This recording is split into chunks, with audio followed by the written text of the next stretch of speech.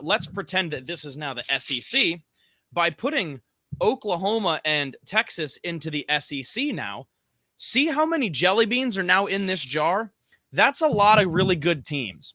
So basically, moral of the story is that the SEC is our first legitimate super conference. My initial thoughts about having OU and Texas leaving is I don't like it too much. Personally, I'm a huge fan of like the competitive balance in college football, and I think that once you take Oklahoma and Texas out of the Big 12, I don't think you have that anymore. Look, there's money involved. There's a bunch of different athletic programs involved, but you know what? And I think the three of you will agree. This seems like to me simply a football-driven decision. Does it not? It seems like they made this decision only considering Texas and OU football. And we did our conference realignments last year. And it's a college football show, so that's what we talk about here. But I did want to ask really quick before when Josh brought that up. Did any of us, when we did our realignments, did any of us even have Oklahoma or Texas move into the SEC? A show that was driven entirely of hypotheticals, which is something that I live and crave for. Even when we were making up our own hypotheticals saying, how sick would this be? I don't even think any of us, even just for fun, put Oklahoma or Texas in the SEC to make a true power conference. We did what is realistic and what should be fair. Josh, sorry, I just had to throw that in there because that just goes to show how much of a Kevin Durant going to the Golden State Warriors type move that this is. Or as Lyle said a couple years ago, it's like the Monstars. Yeah, that's exactly what it is. And, I brought up the realignments we did last year because I think that a lot of the moves we made were football, focused, but I made a lot of the moves that I made keeping a lot of the different sports programs in mind. I put Boise State in where did I have? I had them in the Pac-12 North. And for example, I put them in the Pac-12 North, and they had a new baseball program at the time that would fit as well. Basketball, football, whatever. So I can kind of see this from a bunch of different ways. I think Oklahoma basketball will compete. Softball will compete in the SEC. Baseball at Texas, basketball at Texas, volleyball, all those will compete. But any way you want to slice it, the way that I look at this is it was a football-driven decision. And, I think the teams will fare well in the SEC for the most part. But look, Oklahoma seems like they're leaving because they want a little more competition because they win the Big 12 every year. Texas seems like they're trying to leave to kind of reinvent that image of Texas Longhorns football. They're getting out-recruited by so many different teams. They're not winning on the field. They haven't won a conference title in the Big 12 since 2009. And we've all said the Big 12 has not been one of the better conferences in recent years. And sure, the last couple, Oklahoma's been good. Texas has been better. Iowa State, Baylor's had a few years here and there. Whatever. Texas has been a mediocre football program the last 11 years. And it seems like this is a football-driven decision by itself to think, let's get back into the national spotlight and stop saying, hey, we're back, and all that crap. Maybe they can actually try to be back. And you know what? I don't see it. Like I've said before on the show, I'll believe it when I see it. And if Texas were to play in the SEC this year, they'd win 4 games. So you've got the 2 jelly beans. Oklahoma might do okay, but Texas, I don't see it. And I'm going to eat it because I'm making the statement, but man, the orange ones, no matter what, orange candy, that ain't for me, guys. Yeah, this is what the Big 12 gets for playing no defense. They can't stop opposing offenses, and they can't stop their own teams from leaving their conference. Yeah, I don't really love this. I love the idea of the playoff expansion to 12 teams, and especially because it favors a lot of conferences to, if they win their championship game, I think it puts more emphasis on conference play. But if Texas and Oklahoma are going to leave, and as Josh described it, and I think he said it well, the SEC becomes a super conference. I mean, not that it wasn't already, but even more so becomes a legitimate super conference with Oklahoma and Texas joining. If it were up to me, and this won't happen, but personally, I would do one of 2 things. I would either make it a Power 4 conference or Power 4 conferences where the Big 12 just gets dispersed to the other 4 power conferences, or everybody just plays an independent schedule, because otherwise, the SEC is going to just dominate college football. And yes, it does already. But if Oklahoma and Texas are going to be playing in the SEC, I mean, you're going to see out of those 12 teams, half of them from the SEC. And to me, I mean, that just doesn't seem that appealing. So again, I would just say let everybody play an independent schedule if everybody's going to just leave their conference and join the SEC. And I know there were earlier reports of Florida State and Clemson wanting to do it that turned out not to be true. But even the fact that there were rumblings about this, it feels like college football is just going in the wrong direction with conferences starting to disperse potentially. And if that's the case, like, I don't like it. I want to see the Power 5 conferences stay intact. But if this is the way schools are going to go, I would just say everybody schedule your own schedule. We're on the verge of a European Super League situation. Yes. Which lasted, what, 2 days? 2 days, yeah, something like that. Maybe. Until the fans revolted. Yeah, exactly. I'll play devil's advocate here. Let it be known, I also am not a huge fan of what is happening. Devil's advocate, I absolutely love what the future will look like for college football. Because like Lyle said a minute ago, all right, this disbands the rest of the Big 12. You put them all in the rest of the 4 major conferences. Hey, how do you solve your 1, 2, 3, 4 in your playoffs now? You pick each of the Power 4 conference winners. There's your playoff top 1 through 4. And that's how you go from there. It's a stepping stone and an extension of the playoff, which we're going to be seeing in the next few years with the 12 teams and potentially moving up to 16 and however many they want to go to eventually. I think, Josh, you said it perfectly. It's all a money-driven factor, obviously. Duh. And if these schools want to leave early, what they've paid, like, what, $70 to $80 million? You're telling me they're not going to make that back in the next 3 or 4 years after that in revenue just by playing in the SEC? Oh, by the way, when the new SEC TV deal kicks in with ESPN, when there's more money going to be put into the schools so they can have the broadcasting rights, everyone's like, oh, what's going to happen to Longhorn Network? It's owned by ESPN when the SEC goes to ESPN. So, listen, I don't love what they did, how quickly it happened. It didn't, play out over a long run. It didn't seem like there were many discussions about it. It just sort of happened. But I think if it is to continue to trend like this, we can see a major shift in college football for a good way to make simplification of the playoff system in years to come. I think it's that 1, 2, 3, 4. Your conference winners. There's your 4 1, 2, 3, 4 seeds. Every show, you're guaranteed a few things out of Brady. You're guaranteed one random fact that you have to question how he even had access to that, but can confirm it's correct. Or 2, he'll come up with some genius idea that makes a lot of sense where I never even gave them much thought about, making 4 power conferences where you use, the teams there. I mean, overall, this just screws a lot of people. The SEC is going to be a power, a force to be reckoned with as if they weren't already. I don't know if they might take some teams and relocate them, but if they were, they'd be teams like Vanderbilt, Kentucky, Arkansas, maybe teams that wouldn't necessarily be missed. So yeah, that SEC conference is going to be a force, but it is interesting because I do believe, I can't remember exactly if it's 2025 or 2026 when exactly this takes into effect. So we are still going to have 4 or 5 years at least with these teams still in the Big 12. So it's going to be interesting if a decision like this, it's 4 or 5 years down the line, if that opens up discussions to potential, more conference realignment. I know there have been talks of like teams from the American Conference being added to the Big 12, group of 5 teams being potentially added as well, maybe some FCS teams. We were just a year ahead of the curve in regards to our whole realignment idea. The day that Eastern Washington actually comes and joins the Pac-12 is the day that we all buy Lyle inexpensive dinner with drinks because he'll have called that one. But it is interesting to see because, again, with how dominant the SEC is going to be, who knows what happens with the Big 12. They're going to be down to 8 teams, obviously. It used to be the Big 8, so maybe they go back to being an 8-team conference and have 5 out-of-conference games a year. But overall, my next point is, what does this necessarily do for the future of the Big 12? Like I said, we're going to talk about the future of the SEC in a future show. I don't know if you guys have been following along with like media days and everything going along over the last few days. Essentially, every team, when given an opportunity, has pretty much come out and just bagged Oklahoma and Texas, called them out because apparently this has been a decision that's been like a year plus in the making. They've been pretty much planning this without getting consent from anyone. It seems like every team aside from Texas A&M and the SEC is totally on board with it. So, what do you think this just does for the future of the conference? Where again, when you think of the Big 12, especially at this point, you think Texas, you think Oklahoma. You think of the 2 biggest teams, the 2 teams that bring in the most money, the 2 teams that bring in the most, revenue, the teams that bring in the most viewership. I mean, no offense, but no one's getting excited over Oklahoma State or Baylor or Texas Tech. No one gets excited over those teams. So what happens with the conference now?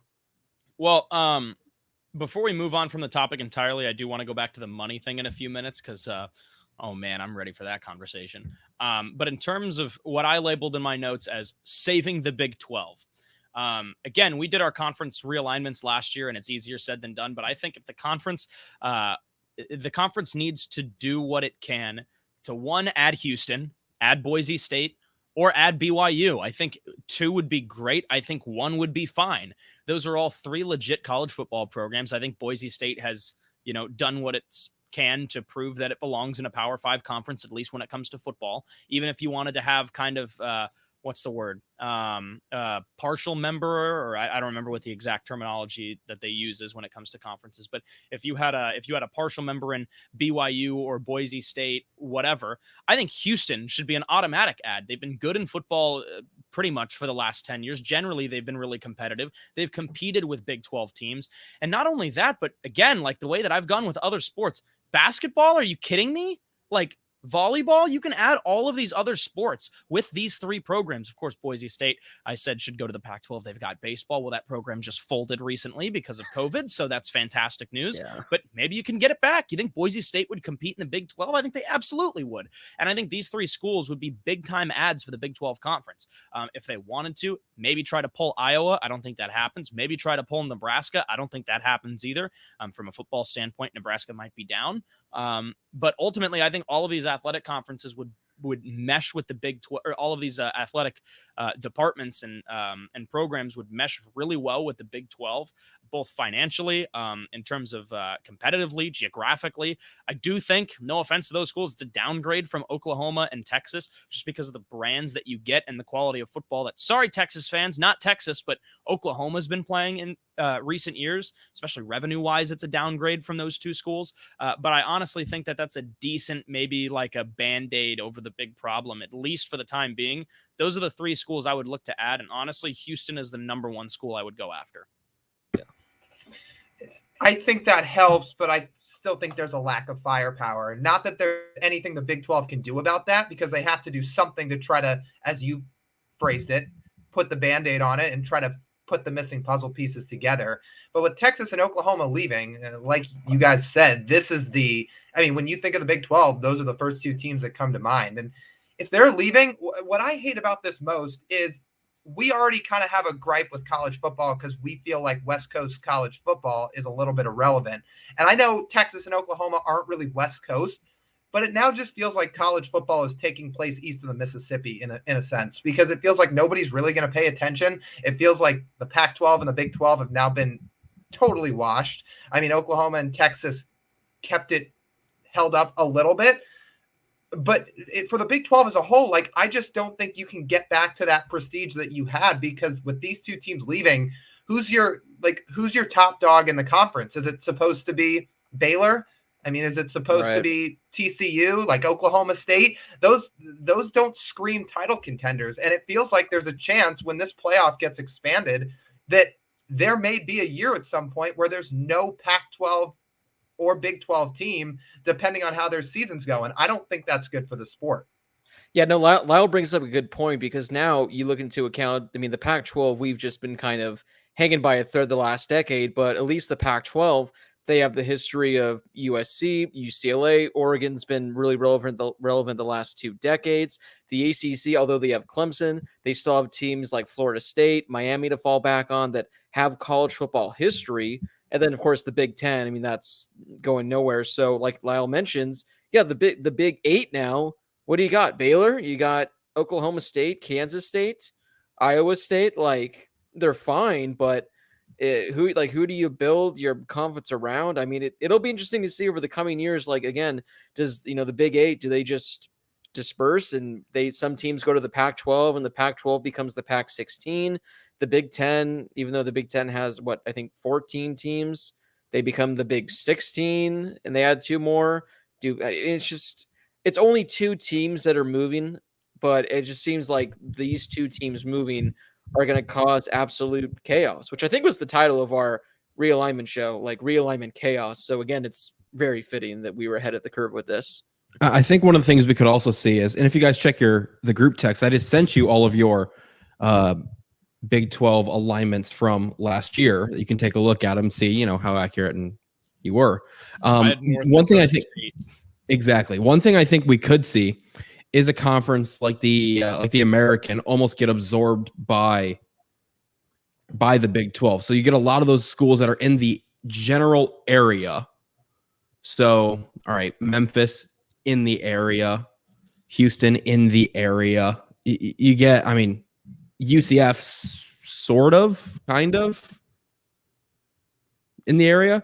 But I think we can at this point right now, just have UCF in the Pac-12. Just have teams from all over. Why not? No, I think I think what could happen eventually is the Big 12 could stick around, but it could also almost absorb one of those smaller but also prominent conferences that has prominent teams, a group of 5 conference to build off of what they're having now or what they're losing now. You know what we need to have? We need to have some sort of draft system where they completely just ditch everything. They're saying, okay, we're going to have 6 power conferences. That's what we're going to do. We're going to have 6 power conferences. We'll come up with the names because by then there'll be sponsorships. So it's going to be the Toyota West Conference, or we're going to have, the Chick-fil-A, Pepsi, whatever conference. And teams are going to be given like a certain grade. So for example, Alabama is going to be a 10, Clemson, they'll be a 10. Teams like maybe like USC, Oregon, they'll be like a 9 or an 8, something like that. And they'll break it down where they'll make it, okay, each conference will get 12 teams. And essentially you're allowed to pick 2 teams that are rated a 10. You can pick 3 teams that are rated a 9. 4 teams that are rated an 8, 5 teams, whatever, that are rated a 7, and you're allowed, however many that are this. Just have it at that point. Have like a draft, have it like the biggest college football event of all time, and these conferences draft. You go, one by one, and do it however you want. Then just, again, have absolute chaos. If Boston College and Oregon State are in the same conference now, well, so be it. That's what happens when greed runs college football. Now you have absolute anarchy. If Hawaii and, UCF are going to be in the same conference, well, we got to figure out a kickoff that works best for everyone. So there you go. And like I said, you just have the Chick-fil-A North Central Conference presented by Pepsi. You got the sponsor in there too then. Diet Dr. Pepper. Diet Dr. Pepper.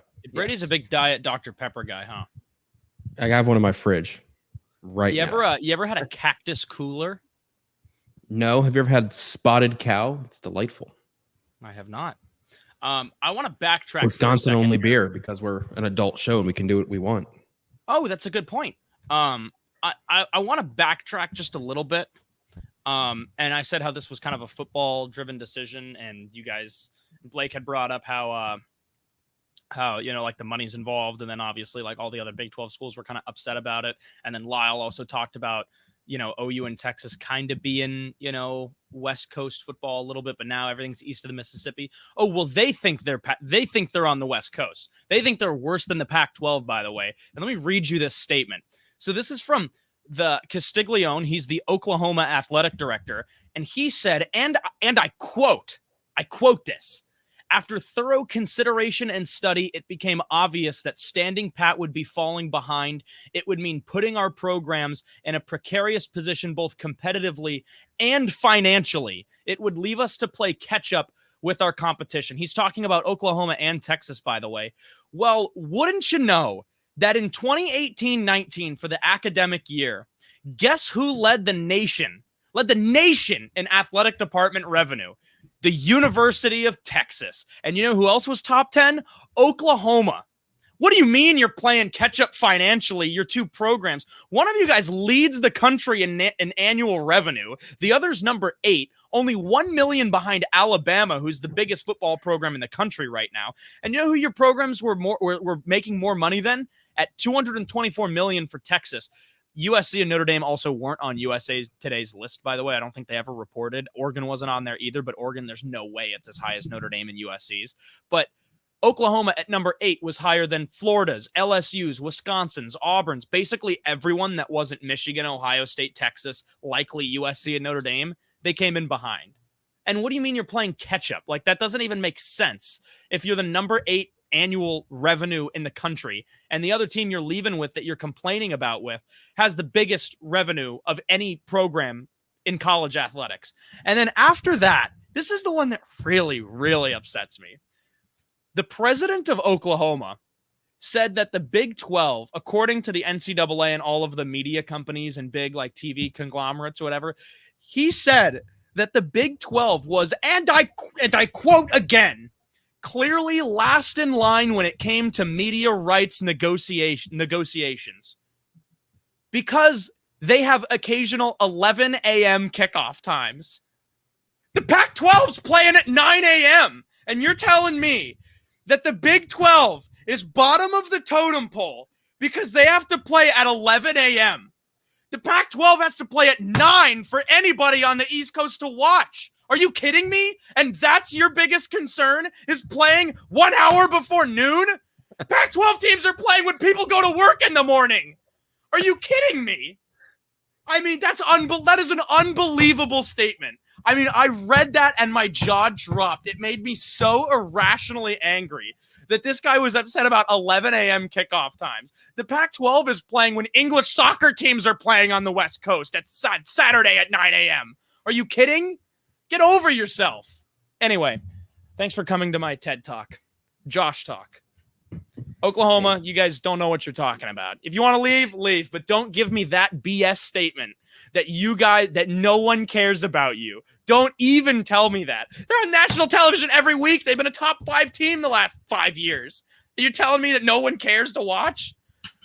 What a stupid statement to make. I'm sorry. That's me. I hope I entertained you. Stupid. Well, you certainly did. So we'll allow Josh to catch his breath, regain his composure.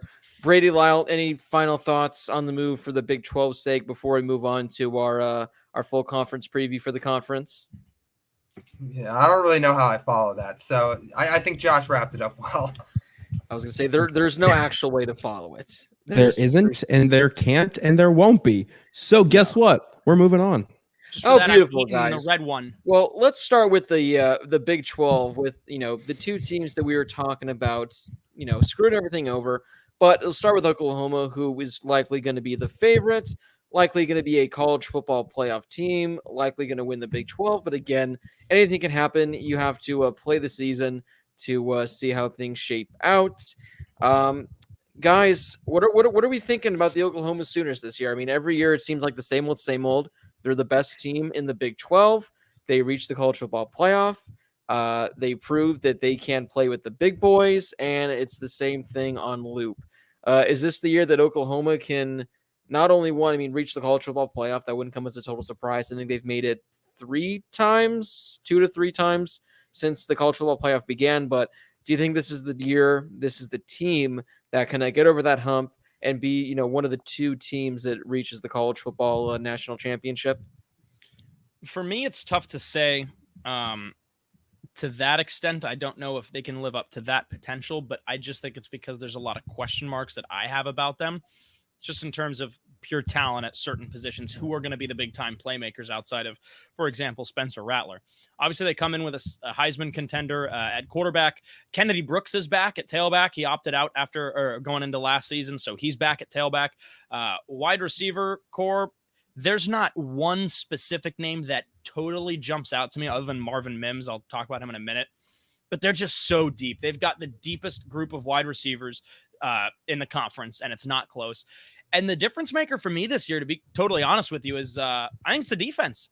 I think for the first time in a while, I think that Oklahoma has a legitimate defense that is going to be the best in the Big 12 by far, and maybe it'll compete at a national level. And I think we said something similar a few years ago. Maybe the defense is going to be a little bit better, and it wasn't. And there were some times when they gave up a lot of yards, but not too many points in recent years. So, if that's how you want to judge a defense, I would judge it based off of points and not by how many yards they give up. But in the past, I think they've been lacking. And this year, I think the defense is what stands out to me other than Spencer Rattler at quarterback.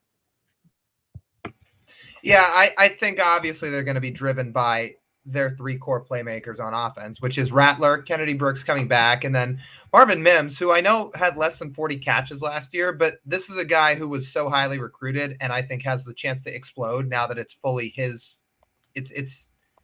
it's his room now. He's the number one guy, and there's not really anybody in his way. I think he is on a short list preseason for one of the best receivers in college football if you're projecting what a guy will do come season's end. So I think Oklahoma, of course, is going to be driven by their offense. I think Josh is right. Their defense has a chance to be a little bit better than in years past. Obviously, I don't put all my chips in that basket usually. Maybe Nick Bonitto's finally the guy that goes to the next level and actually thrives for the first time in like a decade or whatever. But he had almost 10 sacks last year, and his tackles for loss were somewhere in the double digits. So he's obviously going to be the anchor of that defense. It's pretty clear Oklahoma is the favorite going into the preseason, and top to bottom, they have the deepest and most talented roster in this conference, which is no surprise given that's been the trend year after year over the last decade or so, or at least the last half decade. But yeah, I think it's pretty obvious they're going to be driven by their stars, by their 3 offensive playmakers, and probably by Bonitto on the defensive side. Real quick, I'm going to hop in here. Lyle, this might surprise you, but with Marvin Mims, and yeah, he doesn't have that many receptions. He's got like 40 because he wasn't even a starter last year. In terms of yards per game, he's the number 3 returning receiver in the entire conference. There aren't too many big receivers that are coming back in the Big 12 this year, which is why he can totally explode. Right, and I know a lot of people are projecting him to do just that. So yeah, I buy it. I think one of the big things for me is you guys touched on the offensive weapons. Obviously, that's a big thing for Oklahoma, and that's what everyone's showcasing. And hey, Spencer Rattler's going to be this great guy. I think the one big piece they're going to miss the most is Creed Humphrey. He was such a staple of their offensive line for the last few years. A first-round draft pick in the NFL, obviously. He's such a great talent. He's regarded as one of the top, 3-4 offensive linemen in the country last year. And I think losing a guy, especially at the center position, which is sort of the quarterback of the offensive line, I think losing a guy who's been in that role for so long will take some adjusting for Spencer Rattler. We saw him get acclimated to college a bit better this last year, but losing that guy you have such a good connection with in Creed Humphrey, I think is going to throw him for a bit of a loop. I think he'll adjust very well and easily, but I think losing a guy like Creed Humphrey on the offensive line is going to be the biggest concern for me for Oklahoma. You guys obviously touched on all the positives, and I don't want to echo that for a third time, but that was just my big glaring hole, I think you could call for Oklahoma. We can always count on BK getting us the offensive line. Offensive line, baby. You gotta love it. So I mean, obviously the offense is going to be there. Defense, they've been improving over the last few years. What are your guys' expectations for Spencer Rattler? Going into his junior season. Last year, he started off pretty poorly. I think the first 3 or 4 games. Then he kind of was turning things around. Was playing pretty solid ball, but it wasn't kind of like what I guess we were expecting him to produce numbers wise. He was winning games, which is, the most important thing, but numbers wise, he wasn't, absolutely lighting up the sheet. They went for 400 yards with a couple tutties, adding like 60, 70 yards on the ground with a couple touchdowns as well. What are your guys' expectations? Do you think he's going to take that next step and lead the Sooners to, a Big 12 championship? And do you think he's going to put up the kind of numbers that are going to have him in the Heisman conversation by the end of the year? Because as we've seen, Oklahoma quarterbacks, if you play quarterback at Oklahoma over the last few years, you'll likely be invited to the Heisman ceremony when it's all said and done. I do think he's a legitimate Heisman contender. For me, I don't know, would I put him number 1? I think he's the safest pick for number 1 going into the season to be the top Heisman contender. But for me, I don't know if I would put him there personally. In the past, this is a statement I'll echo from last year, is I said, yeah, he's really good and he's really talented. He plays like a freshman. He looks like a freshman. Like, there are just glaring holes in his game, in my opinion, that were setting him back from achieving, up to his full potential. I think he's really good. I think a full year under his belt is going to be really good for him. And then obviously with those weapons around him, like Brady said, losing Creed Humphrey is a really big spot on that offensive line. Not just for the team, but for Spencer Rattler specifically. They also lost Adrian Ely to the draft too. And then they lost like a top recruit that they were supposed to get. So they seem pretty deep at O-line, which will be good for him, but they're definitely losing some top talent that they could have had and that they had last year. So I think it's adjusting to that. I think it helps to get a guy like Kennedy Brooks back on the field with him. Ultimately, I don't think it's Heisman or bust.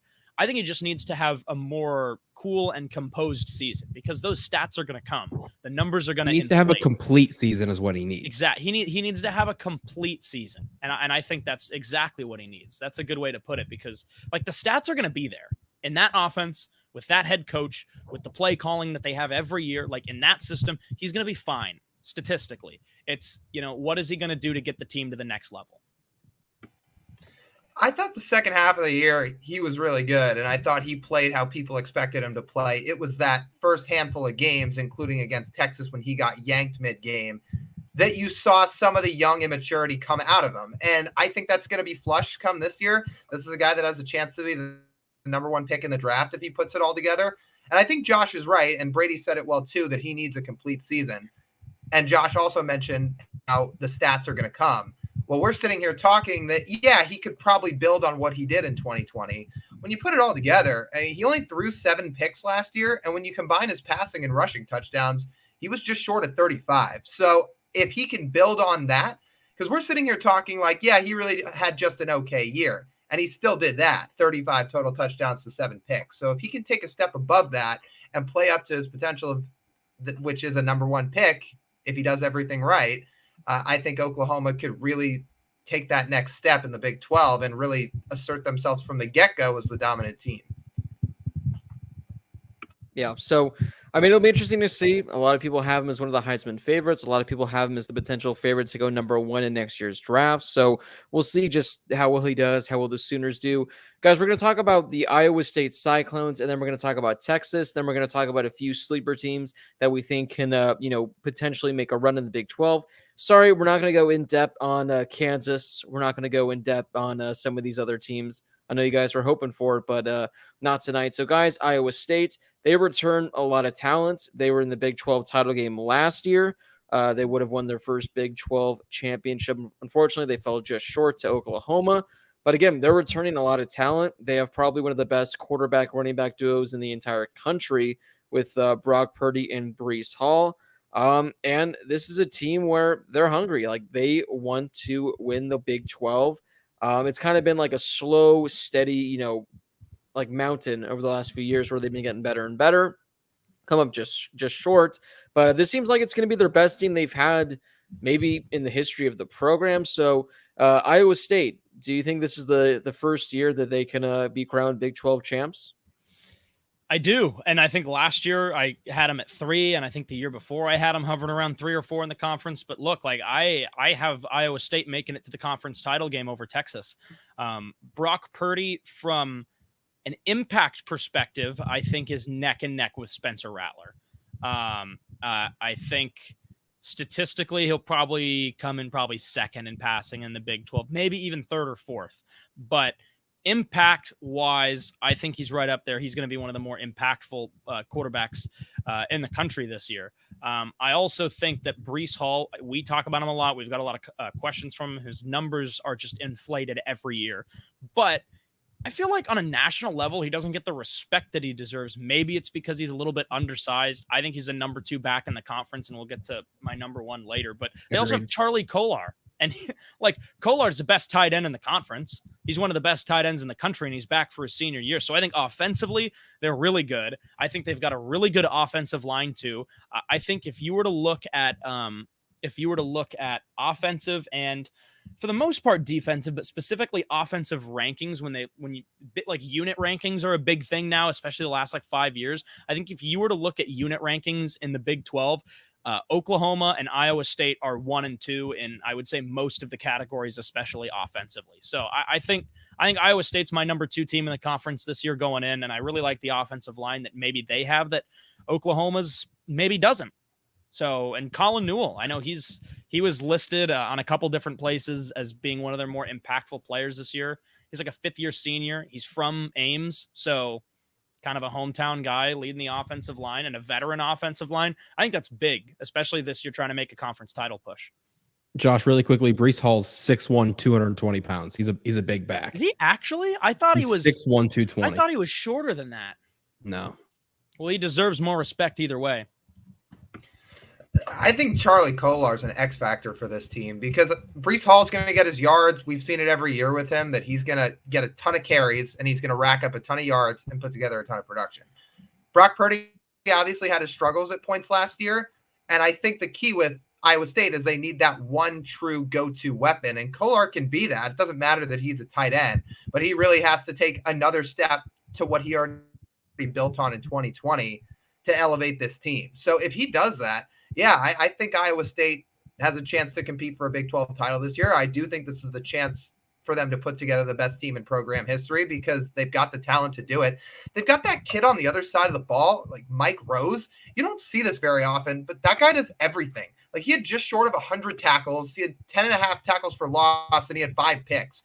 He's a linebacker, but I feel like that's pretty rare. You don't see many players at any level dominate on all 3 levels of the defensive side of the ball. But I mean, he basically did that last year. So I think Kolar's the X factor, and the defense will help out as well if more players can step up kind of around Rose. But yeah, Kolar reaches his potential or exceeds it, Iowa State can be scary. Josh, I agree with you that Breece Hall is the second best back in the conference, and I think we agree on who the first is, along with Brock Purdy in the quarterback position as well. But for Kolar, he has Kyle Pitts potential, right? Like he has the ability to, yes, be a tight end, but yes, also be the X factor on an offense and is an explosive playmaker and can do a little bit of everything on an offense and take the load off of a guy like Breece Hall. Whereas, in that backfield, they don't have a lot of depth, so they're going to need to spread the ball around. They're going to use a guy like Kolar who can obviously spread the field like we saw the last few years. So I think it's one of those things where they have one of the most complete offenses in all of the Big 12 for sure, but maybe in all of college football. They're returning, I think, like 8 or 9 starters on offense, which is got to be one of the most in all of college football. So I think that's a big factor for the team, as well as their consistency and their reputation and relationship that they have already together, playing together with, the same coach, the same coordinators, and things like that nature moving forward. I think Iowa State can be one of the top 10 teams in the country this year.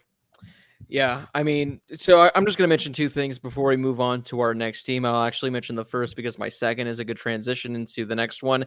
One thing I didn't even mention was Matt Campbell, who I think Iowa State gave a pretty lengthy extension to. I think something like 6 or 7 years. They extended him pretty long, where he could have gone to the NFL, not necessarily being a head coach, but I think there were teams that would have brought him on. I think he had interviews, but I think he ultimately turned them down because what he's built at Iowa State, he wants to see it through. He wants to, reach the promised land with this team. So he's done a phenomenal job. He's probably one of the, 5, 6, 7 or so best coaches in the entire country. So he's done a fantastic job. I don't think he's going to be leaving anytime soon unless, he wins the Big 12 or they make the playoff, and then money talks in the NFL, that might, poach him away. Moving on, because I see a lot of people are massively disagreeing with Josh and Brady, saying Breece Hall isn't the best running back in the conference. I will say this. I mean, at this point, what Breece Hall has done in his career, you can make the case he's one of the best running backs in all of college football. You can make the case he's going to be a Heisman contender. He's likely going to be a first-round draft pick, maybe a second-rounder, because nowadays running backs just aren't drafted in the first round anymore. But the reason why they have him at number 2, and a reason why, I mean, I'm going back and forth between those two and Isaiah Spiller from Texas A&M as well. He's a really good running back. And we'll kick it off to this, but Bijan Robinson is going to be if Texas is in the Big 12 title game this year, if Texas is fighting for a playoff spot, if Texas is a top 10, 15 team, it's going to be because of Bijan Robinson. Now, I get it might be kind of a hot take saying that he's better than Breece Hall because Bijan only has maybe like less than 100 carries in his career, where Breece Hall has 4 times that amount. But from a pure talent standpoint, I don't think it's a hot take to say Bijan Robinson is a better running back than Breece Hall. Breece Hall's accomplished more. He's more proven, but Bijan Robinson, longer. No wonder his stats are better. He's the real deal for this Longhorns team. And like, as I said, if they're going to be anything in 2021, it's going to be because of him. Can I jump in here and say one thing really quickly? I'm going to channel my inner Charles Barkley. I guarantee Bijan Robinson leads the country in rushing yards this year. Oh, that's my super hot take. I have Bijan Robinson leading the country.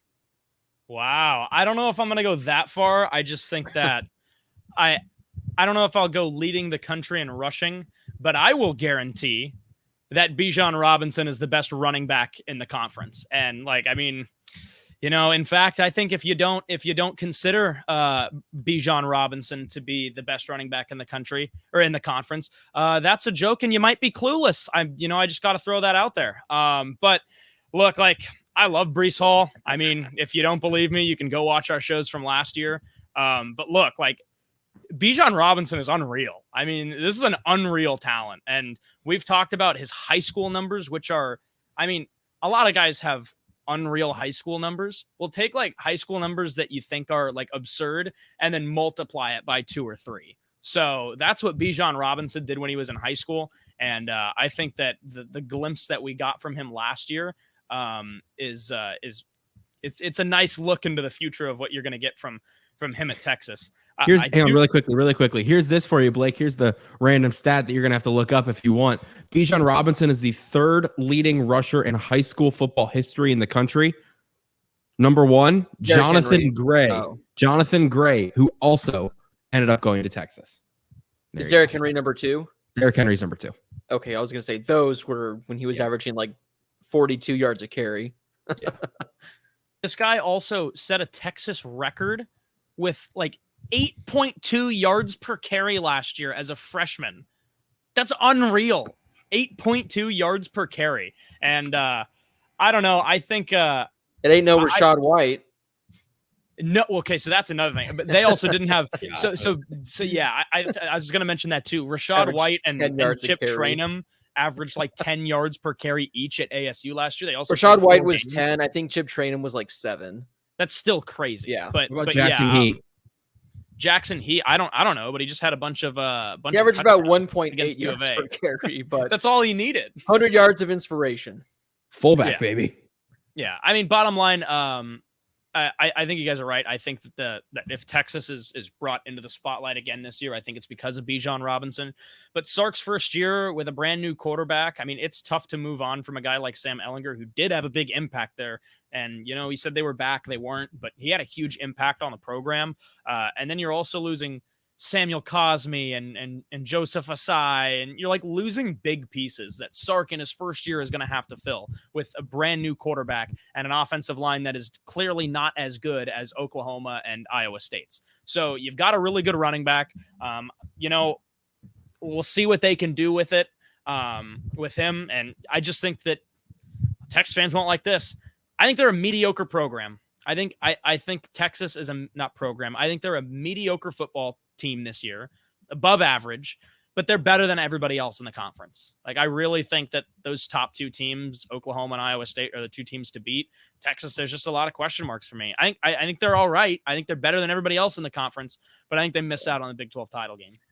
Lyle, can I jump in for 1 second? And then, I'll yield my time to you. But I saw this comment from Logan, and it makes total sense. He said Sark needs to use Bijan like he used Najee last year, and that makes total sense. You look at the production Najee Harris had at Alabama. Yeah, it's Alabama. It's a little different, but still, Texas is getting good recruits. They have a good offensive line. They have a good system. They have a good whatever you want to say.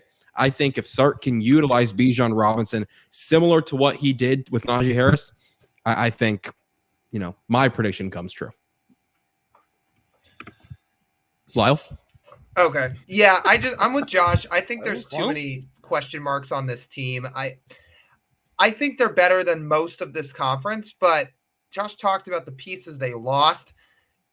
Do we know who's the front runner to be their starting quarterback? Because obviously Ellinger's gone, but then that kid Casey Thompson. It's Casey Thompson, I think. Ellinger's the second string quarterback for the Colts. He's gonna be a starter. Well, I was gonna say, it's either Ellinger or Jacob Eason. Didn't Thompson transfer to Colorado? Or am I wrong on that? Are you talking about Casey Thompson? Yeah. No, Casey Thompson's still there. It's either going to be him or Hudson Card. Yeah. Never mind. Scratch that. Yeah, but okay. So Casey Thompson's thrown less than 40 passes in his time at Texas. So that's a guy that has a ton of inexperience. Their receiving core has a ton of question marks. Their defense obviously has question marks, especially after losing Asai. I just outside of Bijan Robinson, there's a lot of holes on this team, and it's hard to put many chips in their basket when you just don't know what they're going to have. And I know Sark and his play calling should help them. He was an incredible play caller when he was at Alabama, and I think he'll be an improvement over what they had.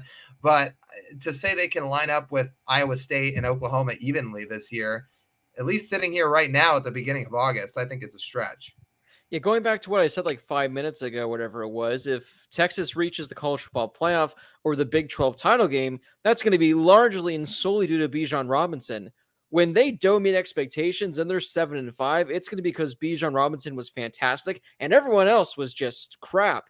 Because Bijan Robinson's a special talent. I know Hudson Card. I don't think he was a 5-star. I want to say he was a 4-star coming out of high school. I know there's a lot of hype surrounding him. I think from what I've seen on Google, people think that he'll win the starting job over Casey Thompson just because Casey Thompson isn't that great of a quarterback. So we'll see how the quarterback battle goes. But yeah, I mean, Texas, they did lose a lot. I mean, losing Sam Ehlinger has to go down as like one of the most underappreciated quarterbacks of the last 10 to 15 years. I mean, the dude consistently put up numbers.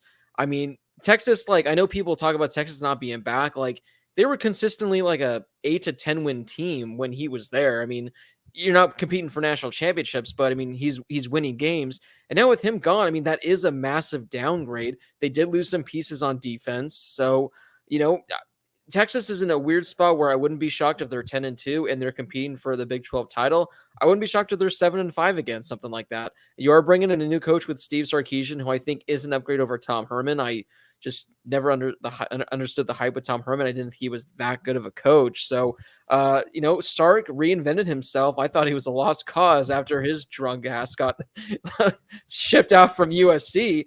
And then he was, you know, the Atlanta Falcons doing who knows what. And he goes to Alabama and he looks like a genius. Granted, I feel like I'd look like a genius under the head coaching staff at Alabama, but it'll be interesting to see. Again, I don't know what to do with this Longhorns team. So, yeah, I'll just end at that unless anyone has any final parting words on the Texas Longhorns before we move on to our next subject. Game of the year for Texas is not against Oklahoma. It's at TCU in October. They have lost 6 of 7 to TCU. There was somebody in the comments that said the best team in Texas is TCU. And I feel like that's probably kind of a joke, but you might be onto something. All right, guys. So we talked about those 3 teams right here. I just wanted to ask you guys, who are some teams you think can surprise people in the Big 12? Who are some teams? Now, I'm not saying, I think Kansas can go 4-8 this year. That'll surprise people, but I'm talking who do you think can make a surprise run? Not necessarily make the Big 12 title game, but who do you think when there's 2-3 games left in the season? There's a chance that this team is, if they win out, they can. I know who BK is going to pick, as he does his yearly tradition every year. But who do you think can make a surprise run and potentially be a threat to reach the Big 12 title game? Well, I'm going to follow the trend that BK has set here. I'm going to say TCU. I think they're an above average team. I think they'll compete with Texas this year for the state of Texas, as somebody had said in the comments. They were very, very painfully mediocre last year. It could have been, and they could be a lot better this year. They lose Trevon Moehrig, but they've got Max Duggan back, or Dugan. I don't remember how. It's a double Dugan. G, so is it Dugan? Dugan. So Max Dugan's back. I mean, he was all right last year. I think when you got a returning quarterback who's got potential, I think that's a good sign. They've got their leading wide receiver back. They've got their top defensive lineman back. So I think they'll be a lot more competitive. I think they'll be much improved. They're going to win some big games, but I think they're going to fall short of expectations. And then another 2 that I quickly tossed in here, Oklahoma State. My God, was I wrong about these guys last year. I think on a show, I literally said that Spencer Sanders and Chuba Hubbard and Tylan Wallace were going to be the 3-headed dragon that just overwhelmed Big 12 defenses last year. And holy cow, was I wrong. Like, Sanders was hurt and underwhelming. Chuba was just not good and disappointing. His numbers still look good by the end of his career. And then Tylan Wallace was just the only player that defenses paid attention to. So his numbers deflated a little bit too. So I don't know. I think Spencer Sanders, this is a legit year for him. I think he can actually develop into your typical Big 12 quarterback that just lights up defenses, but maybe they don't run the ball a whole lot. So maybe Oklahoma State, I think they'll beat all the teams below them, but I think they lose to the Big 3 and Texas, Iowa State, and Oklahoma, and then TCU. But they should beat everybody else. And then the last one I threw in is Kansas State. I put them in over West Virginia. When we get to our standings prediction later, I actually have them with the same record, but I think Kansas State beats West Virginia later in the season. That's my way too early prediction. And I like their quarterback. You know, I think it's Skylar Thompson. He's like a 6th-year senior, so he's a super senior, and he's been pretty good. He's beat Oklahoma a couple times at home and on the road, and this is like a legit chance for him to show like I belong on an NFL roster in the future where he could potentially be a decent backup, right? Like who would you want as your backup? You want some guy that got drafted, 2 or 3 years of experience and out of some small school. You want a guy that's played 6 years as a starting quarterback or whatever it is, who's been good. So Skylar Thompson, maybe they open the year with Stanford. I think that'll be kind of set the tone for Kansas State's season. But I think the only legitimate threat to those top 3 in the conference is TCU. Same. Every year, same. Go on. Yeah, I think TCU every year has a chance to make some noise. Every couple of years or so, they have a team that ends up winning 9-ish games or so and competes in the Big 12. Them, or I would say West Virginia has a chance too. I have a lot of questions about what they can do on the offensive side of the ball, to be honest. But if they can repeat even to some form what they did last year on defense, I mean, they could be sneaky. So I'd say TCU or West Virginia. Yeah, I just don't understand what happened with Chuba Hubbard last year. I mean, the fact that he went from having like historically one of the best seasons we've seen from a running back like ever. I get he was dealing with like nagging injuries or something like that, but he just didn't look good. I mean, he hurt his draft stock. That was the guy that people thought could be like an end of first, early second round type running back, and he fell to the Panthers in like the mid rounds or something like that. So yeah, Josh, I think we were all high on Oklahoma State last year. They just underwhelmed us like crazy. So yeah, there are definitely some teams that can be a surprise in the Big 12. Ultimately, I think it's going to come down to, Oklahoma, Iowa State, Texas likely is going to be hanging around or something like that. So, guys, do you want to get to our Big 12 predictions? What our standings are going to look like? I would love that. All right, Plow perfect. through it. Here we go. Let's throw it on the screen. Let me take some banners Blake off doing right here. graphic work? What is going on? Yeah, it's hard to believe, right? Let's see if I can make this easier. You can't. It wouldn't Go to the let me 4-box. Do the 4-box again, and Mhm. all of us just sort of sit on the side. All right. So there we go. This was the best. This was the easiest I can make it work with. Here are our predictions. So I'll just read it from the top. So pretty much Oklahoma. Brady has Oklahoma going undefeated. Me, Josh, and Lyle have them with 1 loss. And then Iowa State, me and Josh have them going 10-2. Brady and Lyle 9-3. Brady's really high on Texas. He has them going 10-2. Josh and I 9-3. Lyle 8-4. All 4 of us had a clean sweep. There was only 1 clean sweep, and it was with Oklahoma State going 8-4. The 3 of us, aside from Brady, were pretty high in West Virginia, going 7-5. Brady has them being 500. Me, Josh, and Brady, TCU going 8-4. Lyle had them going 7-5. And then the rest, all pretty kind of similar. There was one that was kind of, I guess, a somewhat big difference. Josh and Brady have Kansas State going 7-5. Lyle has them going 6-6. I have them going 4-8. Kansas State is a tough one for me because I wouldn't be shocked if they win 8 games. But I think it all comes down to how Skylar Thompson plays, at the quarterback position. For some reason, Skylar Thompson, when he plays Oklahoma, Unreal. is the best quarterback ever. And when he plays any other team, he's just not. So I think it all comes down to the play of Skylar Thompson. So that's why I am a little hesitant to put him above, 500 or so. And then you got Kansas down there at the bottom. Me, Lyle, Brady, we're all optimistic. We think Kansas could win 2 games.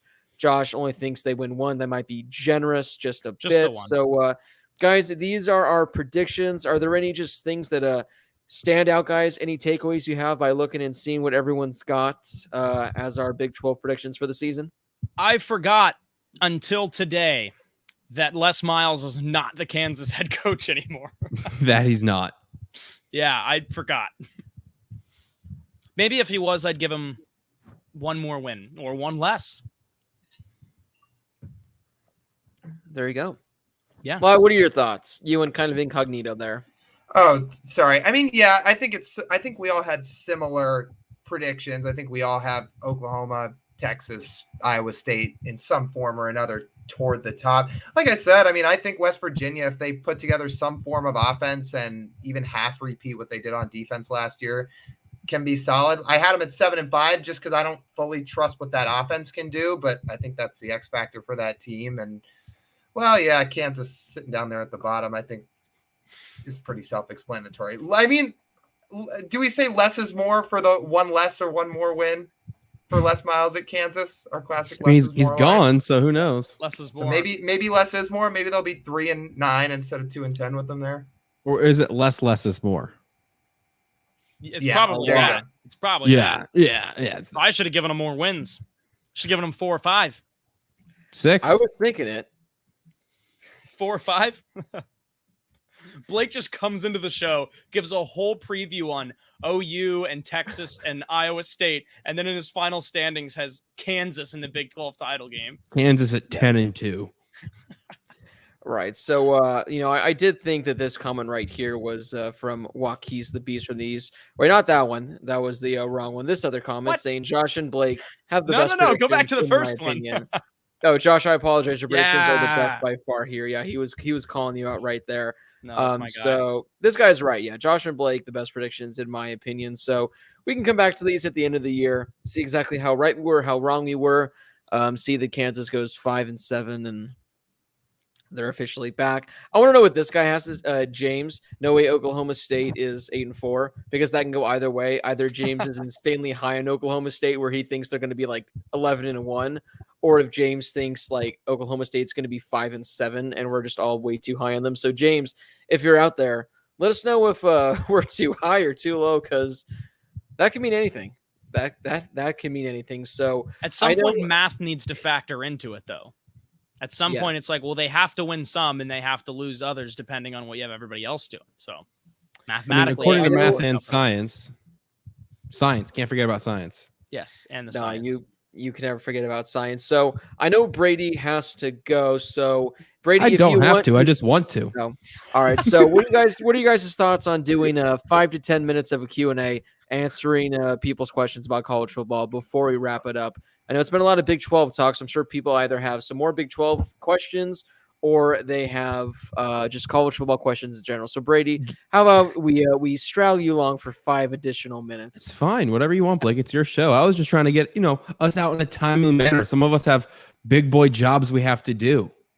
Yeah, well, that's what happens when we start the show 10 minutes late because everyone is busy. So this technically, think of it as 6 p.m. right now. Think of it as 6 p.m. It's 9 p.m. here. So also, guys, we heard back from James. He thinks either 6-6 or 5-7. So he thought we were all too high on the Cowboys. That's insane.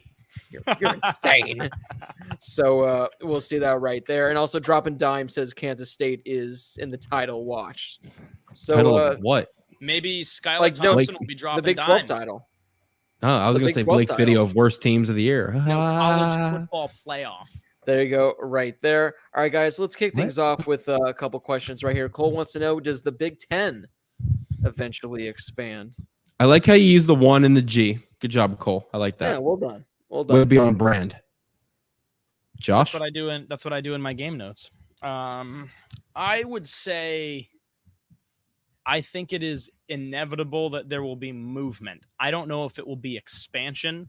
I think that's probably a safe bet because I think that if they lose teams, they're just going to then expand and add teams to take those spots. But I think that there will be movement. I don't know if it's necessarily going to be expansion. Yeah, I'd agree with that. And the Big Ten already has a lot of teams to begin with. I don't know how much more they can expand to this point, but if they eventually lose some teams, they might think about adding a few.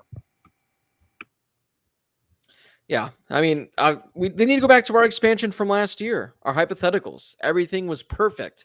I mean, I think to be fair, Josh and I were the only ones that won the fan voting. I won 4 of them. That's true, and I won the other. I put Boston College, or I put Stanford in the Ivy League. What do you expect? And then didn't I put some teams in the wrong state? You put you put like Illinois in Indiana, and you put Indiana and Notre Dame in Illinois. Hey, geography was never my strong suit. Dro the Gooner, when will Baylor fans stop crying about Oklahoma and Texas leaving? So, apparently, we're over here on the West Coast. Lyle's up there. 3 years, 27 days, 6 hours, 4 minutes. Is that in metric time or No, they asked when it'll stop happening. I said 3 years, 27 days, 4 hours, and 6 minutes. No, I'm just wondering if you're measuring your time on the metric system. Oh yeah, I am. So it's in meters. Yeah. Yeah. I think that's fair. Yeah, Sorry, I'd I just agree. jumped in. I don't know. I mean, I think they have a reason to be upset, like, for reasons we've talked about tonight. But I guess eventually you'll just get used to the new form whenever it does come to fruition. Again, I don't think it helps college football, and I understand why Baylor fans are mad. But as time goes on, I'm sure they'll learn to just adjust to what the conference will be. I've got this answer for you. They're going to stop crying as soon as Oklahoma and Texas officially leave because, all of a sudden, Baylor's a top team in the Big 12 again. There you go. You're welcome. They have an 8-team conference with an automatic bid to the college football playoff. Yeah, but then the Big 12 is going to be like playing in the NIT. So it's pretty like, much. There needs to be a college football NIT. All Wait, right, it's called bowl season. NIT. Yeah, it's called bowl season. Sticking to the topic of the Big 12, guys, NM highlights, thoughts on Zach Evans. People aren't talking about him much. The TCU running back as a freshman last year, didn't see too much work. I had to look up because I remember he had a couple big games, but I had to double check to see what his numbers were. So he only had 54 rushing attempts last year as a freshman, but it was good for 415 yards at 7.7 yards a carry and 4 rushing touchdowns. So he had 4 rushing touchdowns on 54 carries. That's a pretty good pace, averaging less than 8 yards a carry. So I know we talked about Breece Hall, we talked about Bijan Robinson, but Zach Evans, again, small sample size last year. Do you think, based on the other running backs in the Big 12, he can be the third best? I don't think he competes necessarily with Bijan Robinson and Breece Hall. I think somebody who is in the conversation. I think those two are the two best. I think in your second tier, you've got Evans and you've got potentially Kennedy Brooks. Beyond just Evans, I think that TCU has pretty good depth at the running back position. I think there's a trio of them, or maybe is there a fourth one? I think there might be a fourth one. So I think they've got a couple of really good running backs, and he kind of leads the bunch. Obviously, he's 100-yard, he was a solid 100-yard rusher last year. So I think he's probably in that second tier of Big 12 running backs this year. But other than that, I think he stands out most on that team. And then the other one's in the conference. Other than that, I think that he's in that second tier with Kennedy Brooks. Yeah, I'd agree with that. Although just under 8 yards a carry, that's pretty impressive. I mean, it's pretty clear people are sleeping on him since he hasn't talked about a whole lot, but maybe that'll change at the end of this year. Brady, I think you're going to like this next question. This comes from Robert. I think Michael Penix Jr. from Indiana is a first-round pick. Am I crazy?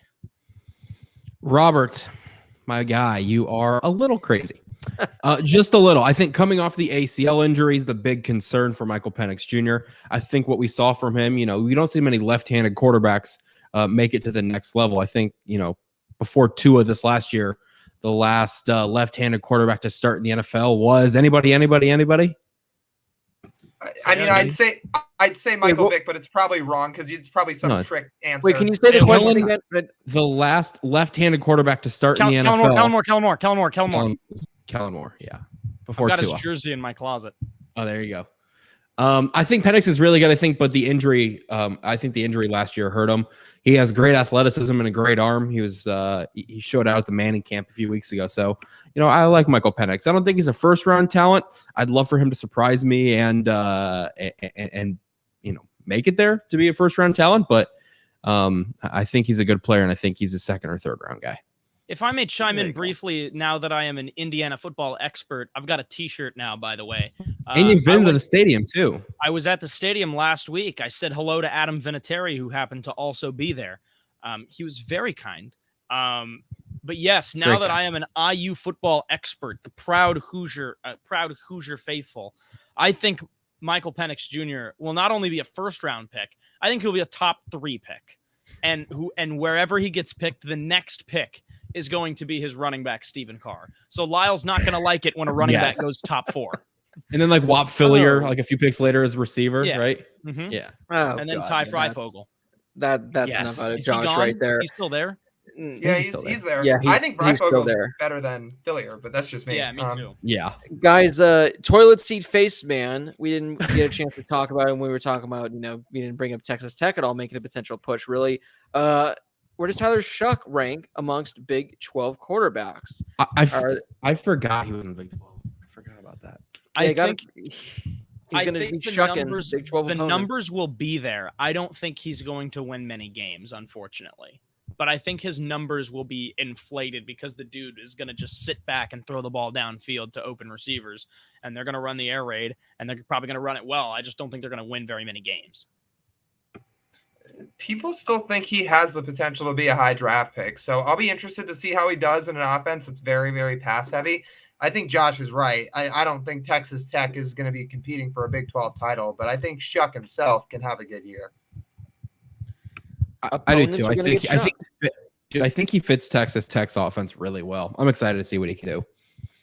Yeah, I it'll think be he fits it better than Oregon's, but I think Yes. that Oregon's offense would be the one to help him get to the next level. So right.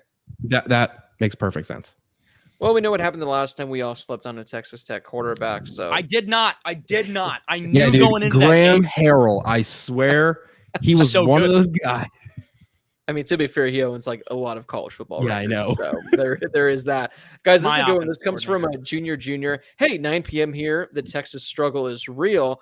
Also, how do you think Quinn Ewers coming to Ohio State early affects their playoff spots? So he's foregoing his senior season of high school, enrolling early at Ohio State. I saw a graphic today. He is the second highest, or tied for the second highest quarterback recruit ever. He's tied with Trevor Lawrence on the 24/7 composite rankings of a rating of 9.999. Sitting behind the one quarterback whoever's gotten a perfect rating, that is Vince Young. So this is a highly touted quarterback recruit.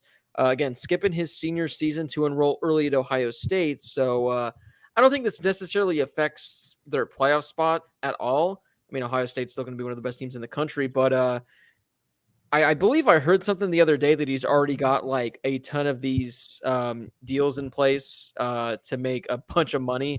So it makes sense for him to, forego that year. But guys, do you think this is going to be a trend that we might start seeing for some of these guys that are highly touted recruits, or one they can, because I don't know if they can officially, if they're in high school, accept these deals, accept these, offers they're getting. It all depends on what state. So he's from Texas. They don't allow it in Texas. Okay, which is so why that's he left probably a early. contributing factor. I forget. It's not like Bryce Young caliber where he's already getting like $1 million when he's essentially proved nothing yet, but he's getting some checks coming his way. He's going to enroll early. So I guess, like I said, what are your thoughts on him, deciding to do this? And do you think this opens the portal for future top end recruits to completely just bypass their senior year of high school? Well, I would like to point something out that was said in a group chat of ours recently when the Dodgers were trading away my favorite Dodgers prospect.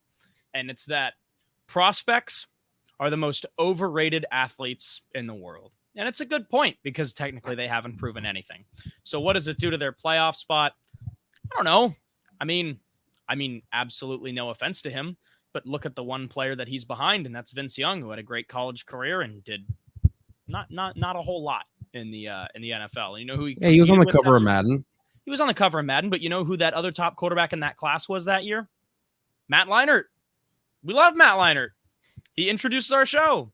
He does every week. He didn't do a whole lot in the NFL either, and they were both big time recruits, both coming out of high school and going into the NFL. So I don't know what that does for the playoff. They both won. Or no, Vince Young didn't, but he was there. Contenders. He was there. He lost to Reggie Bush, who won a Heisman, by the way, just so you guys know.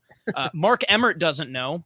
I left him a note informing him that he did when I went to the NCAA Hall of Fame with our friend Brady last week. Of course you did. Yes, you did. I did. I slapped it on the wall aggressively. Yep. With a bunch of Post-it notes of little kids like, I want to be running back at Texas A&M. And I'm like, that's cute. Mark Emmert, what do you think about that? Anyway, so yeah, I don't know what it does to their playoff, to their potential playoff spot or the hype going into the season, but he's obviously really good, and I'm excited to see what happens with him. But I think this is something that we start seeing in the future. That was the one concern that maybe I had with the whole money thing. And again, we've talked about this before. Do whatever you want. right? You want to make money? Make money. I don't care. If we were doing it as college students, we did do it as college students. No one said a word, but because they play sports, they're not allowed to, right? That's stupid. But I think that is one issue where maybe kids like Quinn Ewers, for example, will try to just leave early and get to college, not just to play, but maybe to, get some money. So I don't know. I think it is something that will happen more often. But again, it depends on the state. Like Brady said, they didn't allow him to do things like that in Texas, so he dipped. Yeah, I agree. And that's the point I brought up when we were talking about name, image, and likeness when the topic was at hand on our last show is that there's a million different types of scholarships that college athletes are handed, but there's a million different types of scholarships that college students are handed. Only athletes are told they can't make money. Everybody else can go make money off their brand and name and whatever they want to make money off. But yeah, in terms of Ewers as a whole, I mean, Ohio State already has what has the potential to be a pretty good quarterback room with CJ Stroud and Jack Miller. But all of a sudden, those guys probably are getting a little antsy and a little bit nervous because, again, like Ewers is coming and he's coming this year. And if he wins that job, that's going to say a lot about what Ryan Day thinks he can be. And clearly a lot of people think, at least at the college level, he can be a pretty good starting quarterback. Yeah, I think Ewers is going to be one of those guys that is similar to Trevor Lawrence and is transformative in the game of college football. As for like this whole NIL thing, I think I just want to touch on this really quickly. And I thought of this the other day. There's a guy by the name of Donald De La Haye Jr. Do you guys know who that is? Yeah, like his name. That dude is the absolute worst. He's so annoying.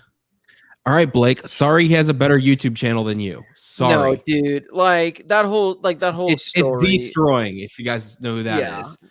God. Yeah, he was a college kicker at UCF. He had a YouTube channel. They said, no, you can't do this. So he quit football to pursue this. He was ahead of the curve. So I think we're going to see a lot of guys like that start profiting off themselves now. But I think Quinn Ewers is going to be one of those guys, like I said, that can almost transform Ohio State football. He's going to be what I think what we saw from Joe Burrow towards the end of his career and what we saw from Trevor Lawrence throughout his entire career. So he's going to be a good guy. I don't know how early he impacts because, he might not be into camp already and whatever it may be there. So I don't know if he plays this year, but I think he's a guy that can definitely push the envelope for that team. Yeah, it's going to be interesting to see because, again, the fact that, he's getting comps to Trevor Lawrence because they were both the same rated quarterback. Vince Young, who was the one quarterback that was ranked a little higher, 1 point higher because that was as high as you can go, is one of the best, college quarterbacks we've seen over the last 2 decades. So, yeah, I don't think he plays this year. I think next year, definitely. I think he gets a year under his belt learning the system. And then next year, I think he's going to be full force, ready to go. And this sets up a bunch of things. One, in just regards to money, where I think this is going to impact recruiting. Again, Brady mentioned what states, you're allowed to accept these deals. I think it's going to impact recruiting big time. I think, players are going to want to go where the money talks. A lot of guys, they want to go to Alabama because they can win. But if all of a sudden Florida State's offering you with all these endorsement deals, you can make $300,000. And at Alabama, maybe you'll be making $50,000. Money's going to talk. Money's going to impact how that goes. And especially now with, Ewers. So he's officially then going to get I assume he doesn't play. He'll pick up a redshirt freshman year this year then, right? So then all of a sudden now he's going to be entering the NFL draft a year younger, which allows a chance for players to enter the NFL draft earlier, make even more money if they're successful. So overall, I'm all for, the players making their money, but I think now it might get to the point where things can get out of control. And I think it has a chance to impact things maybe we didn't really see coming. Like I said, recruiting, long-term effects in regards to players going to the NFL. Because, again, if you're a team like Alabama, I think, I don't know how the rules are in California, but I wouldn't be shocked if being in LA, teams like SC and UCLA, they gain a huge advantage by sponsorships out here in Los Angeles, Hollywood, things like that. No offense to Arizona, but, what are you going to get sponsored by in Arizona? USC knew it was coming. USC. Yeah. So when the state first started talking about passing that bill that allowed college athletes to profit, the what? NIL. Oh, well, yes. Name, image, likeness. Yeah. Yeah. When the state of California first passed that, or at least started talking like they were going to do something like that. USC like flipped everything, and they were like, all right, we're hiring the LSU video guy, who now left. He's like the personal videographer for Alex Bregman. Like, what? But anyway, they hired the LSU video editing guy, who did all those hype videos when they won the national championship. They hired that guy. They hired like new marketing people. They did all these different like football video operations and things like that to make the players look good. So then when they started doing all the recruiting, it was like, oh, like how do we get kids in? We make it Hollywood, right? Like we make it like build your own brand. So USC's, I don't follow too much of what UCLA does on social media, but SC's been like pushing that for a while. And even ASU did 2 years ago or whatever it was when they started getting all the big time recruits, like all of their recruiting stuff. They like did the same stuff USC was doing because they did a lot of California kids too. Right. Yeah. So it's going to be interesting just to see how this impacts, recruits moving forward, because again, if you're able to enroll early, why waste your senior year of high school when you can enroll now, pick up a year under the system and go to the NFL earlier? Because at this point, going to college is great, but the goal is for these guys to make it to the NFL. Now they could do it a year quicker. They can make money sooner at college. They can make money sooner in the NFL. So it's going to be interesting to follow along with, because, again, I'm glad they can earn money. I'm glad they can do that. But I think there are going to be some issues that arise moving forward. So guys, that does wrap up our Q&A. That wraps up this edition of the Harris Highlight Show. Again, you can follow the show on Twitter at the HH Show _. We're going to have conference previews coming at you leading up to the college football season, because just like that, we're a month away. So there's a whole lot to get to. It's better now we can talk about college football, when for 3 to 4 months, there was not a whole lot to talk about. We were having to come up with fantasy character football teams that would kill each other, and why Lightning McQueen would make the best running back, because yes, that's the kind of content we were hurting for. Yeah, guys, that was a good trick by me. We also got to figure out how we're doing college football fantasy this year. That we do. We got to figure that out. So maybe we'll have to advertise for that on the next show if we figure it out in time. Yeah, that we will as well. So guys, any parting words before we head out for the week until our next show, which maybe we can do the SEC, since big coming off the Big 12, talking about what that means, talking about what it means for the SEC moving forward, and also it's the true conference of champions in college football, at least. Yes, the super conference. I would love that, Blake. We should do the SEC next week. So SEC conference preview coming at you at some point next week. It might be Monday, might be Tuesday, Wednesday, whatever works best for everyone's schedule. Brady looks like he's going to go either eat a lot of food or he's going to take a big nap, one of those two. So big nap overnight and then wake up in the morning and go to work. He's going to bed as well. So you're going to sleep. That means. Yeah. Yeah, I took a nap from like 10 p.m. until like 8 a.m. Man. Wild. I woke up and thought it was the morning. Whew, weird. All right. So again, that does wrap up the show. Follow the show on Twitter at the HH Show _. Stay tuned for more updates in regards to future shows, because like we said, a lot more awesome college football content coming, especially considering we're 4 weeks away now. Week 0's coming, boys. Prepare yourself. Week 0, the greatest week of the college football season. So as always, thank you everyone that was tuning in throughout the show. If you were in the live chat, thank you guys so much. Josh, you're still getting people that are giving you crap for saying Bijan Robinson is a better running back than Breece Hall, but jokes on them when Bijan Robinson wins the Heisman this year and you look like an absolute genius. And gets drafted number 1 overall, Lyle. Lyle's worst by the nightmare. Seahawks, who go 0 and how many games is it? 17 now? 0 and 17 next year. Yeah, that sounds like a nightmare. No, Lyle's dream, his nightmare is a running back who's number 1, and then following the number 1 pick at number 2 is a defensive player from the Big 12. Hey, at least he's not on the Seahawks though. So even though the one that they no comment from good. So, all right, guys. Again, thank you so much for watching. For Josh Schaefer, Lyle Goldstein, Brady Klein, this has been Blake Harris from the Chateau in beautiful Monrovia, California. Thank you guys so much for watching. Stay tuned. We'll see you all in our next episode.